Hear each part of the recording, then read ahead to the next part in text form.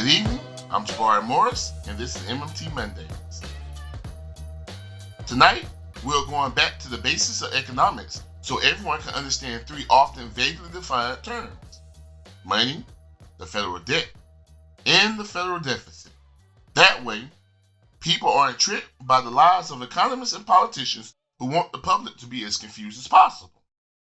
Also, we are doing our year-end fundraiser that will have a 100% match for every donation given, thanks to a very generous donor. The link to the fundraiser will be in the description below. Make sure to hit the like and subscribe buttons below, and let's get to it. This clip from our very own Steve Grumbine explains what money is: a measurement, a unit of account. Just like an inch is a unit of measure, just like a pound is a unit of measure, just like the air and the atoms, etc., you can measure each of these things by some unit of measure. The dollar is the nation's unit of account. Just like in England, the UK, the British pound, the sterling, is the UK's unit of account. Same with Australia. The Australian dollar is their unit of account. The Japanese yen is their unit of account. They can never run out of it. But what's this deal with the euro? That's nobody's unit of account. That's the Troika's unit of account. That's the European Central Bank's unit of account. Well, so what country owns it? None of them. They're all just as if they were a state, just like they were the state of Texas or the state of Delaware. That's how powerless they are over their money supply. So they have to chase money by exporting goods and services. They've got to chase money by reducing spending or by raising taxes. That's the only way that they can fund their government operations. And I think they've even been constrained to like a 3% deficit, which is just not good at all, by the way. Because in the U.S., we look at our own self and we say, hey, if we have unemployment, the deficit is too damn low. We need to spend more money into existence. Stephanie Kelton explains what deficit owl is and why federal deficits are actually good. Deficit owls want to balance the economy, not the budget. Okay, the priority is just different. What good is a balanced government budget if you wreck your economy to get there? Do you feel good about the fact that the government's deficit has been falling at the fastest pace since the end of World War II? That's a real achievement. Not if you have a junky economy, right? So the goal should be balancing the economy. This is a graph using actual U.S. data that just shows the relationship between the government's budget and all of our budgets. It is the balance sheet position of the government on the bottom. Below zero is a deficit. Above zero is a surplus.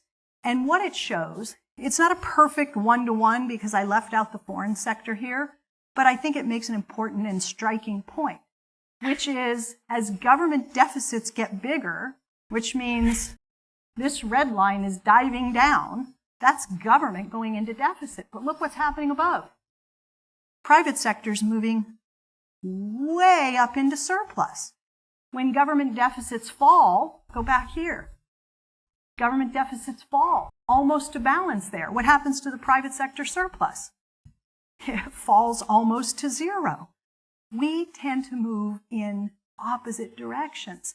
Their deficits help to produce our surpluses. So anybody who's out to attack the government deficit without knowing it maybe is attacking private sector surpluses, which we all know no one in their right mind would support reducing private sector surpluses if they understood that that's what they were doing by championing reduced government deficits.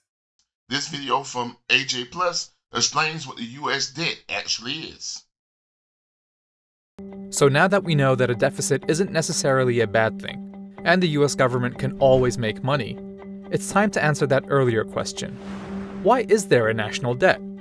The truth is, there isn't. As Professor Kelton explains, what we call the national debt is just the total account of all the money the government has spent over the years, minus all the money the government has taxed back. Even if the government has spent more than it's collected, it doesn't have to pay anyone back for the difference. But what about when people say things like, the US owes China? Well, investors, including foreign governments, buy bonds issued by the US Treasury. The return on these investments is virtually guaranteed because the US can always create the money to pay.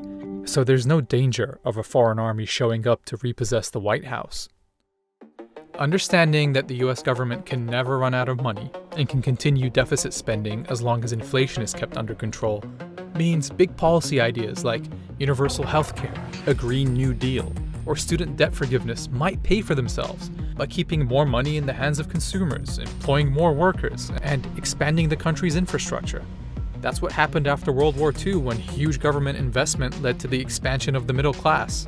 But for decades now, people have been told a different story. If the state wishes to spend more, it can do so only by borrowing your savings or by taxing you more. And it's no good thinking that someone else will pay. That someone else is you. There is no such thing as public money. There is only taxpayers' money. Now, like the US, Britain also issues its own sovereign currency. So, Margaret Thatcher had it wrong. When the government wants to spend, that money is made instantly. It doesn't wait for taxes.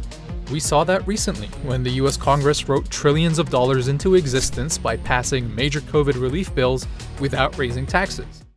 When it comes to the federal deficit, people are often confused.